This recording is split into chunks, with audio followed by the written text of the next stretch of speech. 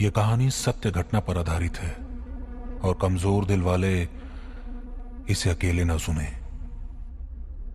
वैभव रोज की तरह ठीक शाम 7:30 बजे अपने ऑफिस से घर की ओर निकल गया। आज भी वो अपने दोस्त रमन से बातें कर रहा था। यार, कभी कभार तो लगता है कि नौकरी छोड़ ही दूं। बॉस की रोज रोज की चिक चिक अब सहन नहीं होती। तो नई नौकरी ढूंढ लेना। हाँ, अगले महीने देखता हूं। अच्छा सुन, तुझे थोड़ा हल्का होकर कॉल करता हूं। वैभव ने तुरंत गाड़ी मेन रोड से एक कच्चे रास्ते पर ले ली। हाँ, ये जगह ठीक है। उसने एक फैक्ट्री के आगे गाड़ी रोक दी। बाहर निकल वो तुरंत एक और बढ़ा ही था कि एक अजीब सी आवाज ने उसके कान खड़े कर दिए। ठंड की काली अंधेरी रात की उस घने सन्नाटे को चीरती आवाज वैभव को अंदर तक झंझोर गई। वो एक और रुक अपनी फोन की लाइट चला फैक्ट्री के चारों ओर देखने लगा। जंग लगे लोहे के दरवाजे, टूटी फूटी सीढ़ियां और बिखरे हुए अलग अलग औजार उसे भयभीत करने लगे। एक वीरान पड़ी सीमेंट फैक्ट्री पर मशीनों की आवाज उसे अटपटी लगी। और जब एकदम से उसकी नजर उस बोर्ड पर पड़ी जिस पर लिखा था क्लोज्ड सिंस 1950, तो उसके चेहरे पर कोहरे की वो छोटी छोटी बूंदें उसे अंदर तक टटोलने लगी। डर में वो बोला, कौन है? कौन है वहां? बाहर आओ। जब किसी ने जवाब नहीं दिया तो वो कार की ओर लपका। जैसे वो अपनी कार के पास पहुंचा, एक अजीब से आदमी को देख उसकी चीख निकल गई। उसके सामने एक 5 फुट का आदमी चादर ओढ़े, लालटेन हाथ में लिए उसकी ओर देख रहा था। कौन हो भैया तुम? और तुम यहाँ क्या कर रहे हो?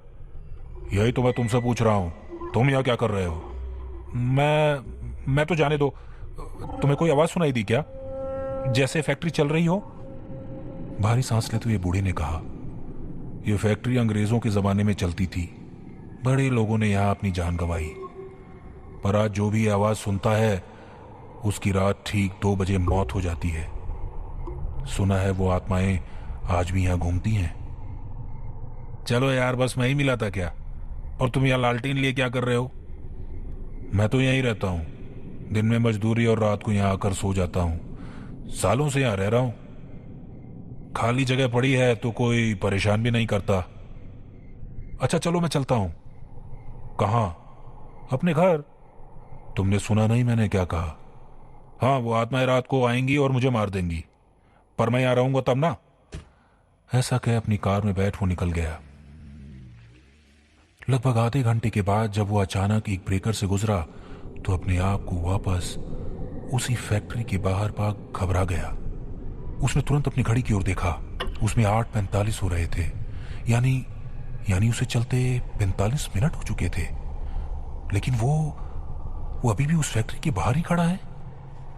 अपना पसीना पोंछते हुए उसने सोचा, हो सकता है मैं सोच रहा हूं, और फिर से अपनी गाड़ी रोड पर ले ली। जब 30 मिनट के बाद फिर से उसने अपने आप को वापस वहीं पाया तो वो समझ गया कुछ तो गड़बड़ है। कहीं उस बूढ़े की बात नहीं। ये सोचते हुए वैभव तुरंत बूढ़े की खोज में लग गया। जैसे ही फैक्ट्री के अंदर आया, उस बूढ़े को एक कोने में कुछ बुदबुदाते हुए सुना। बहुत देर तक उस बूढ़े को देखते हुए जब वैभव एकटक अपनी आंखें लपकाने लगा तो बूढ़े ने उसकी ओर देख कहा, क्या हुआ? तुम तो चले गए थे।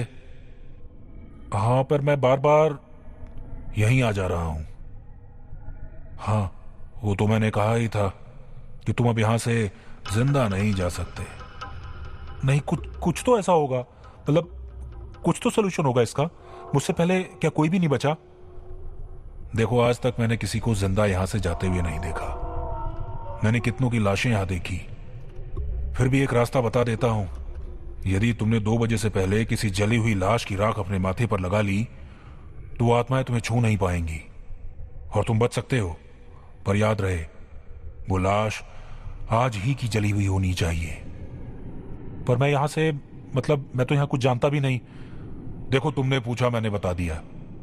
इससे ज्यादा मैं तुम्हारी कोई मदद नहीं कर सकता। हाँ, इस फैक्ट्री के पीछे एक शमशान घाट है, वहां जाकर तुम अपनी किस्मत आजमा सकते हो। वैभव गिरता पड़ता शमशान की ओर भागने लगा। वहां पहुंचते ही उसने वहां बैठे गार्ड से पूछा, भैया यहाँ कोई, मतलब आज कोई लाश जली है क्या यहाँ?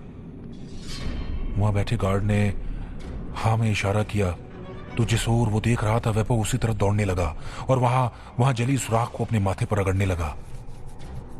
उसकी इस हरकत को देख गार्ड आश्चर्यचकित हो गया। वो सोचने लगा कहीं ये पागल तो नहीं। अभी वो इस सोच में पड़ा ही था कि वैभव वहां से भाग निकला। जैसे ही वो फैक्ट्री पहुंचा वहां उस बूढ़े को ढूंढने लगा, पर बहुत खोजने के बाद भी वो बूढ़ा वैभव को नहीं मिला।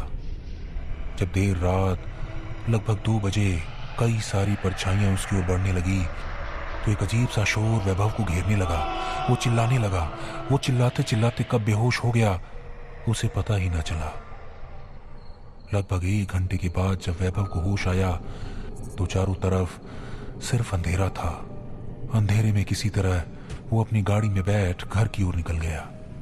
उसके हाथ पूरे रास्ते कांपते रहे और वो बस मन ही मन ये कहता रहा, भगवान बस किसी तरह मुझे घर पहुंचा दो। लगभग 40 मिनट के बाद जब वो अपने घर पहुंचा तो परिवार वालों को देख वो घंटों रोता रहा। उसकी इस बात पर किसी ने यकीन भी नहीं किया। आज भी वैभव जब उस दिन को याद करता है तो उसके रोंगटे खड़े हो जाते हैं। अब वैभव उस रास्ते कभी नहीं जाता।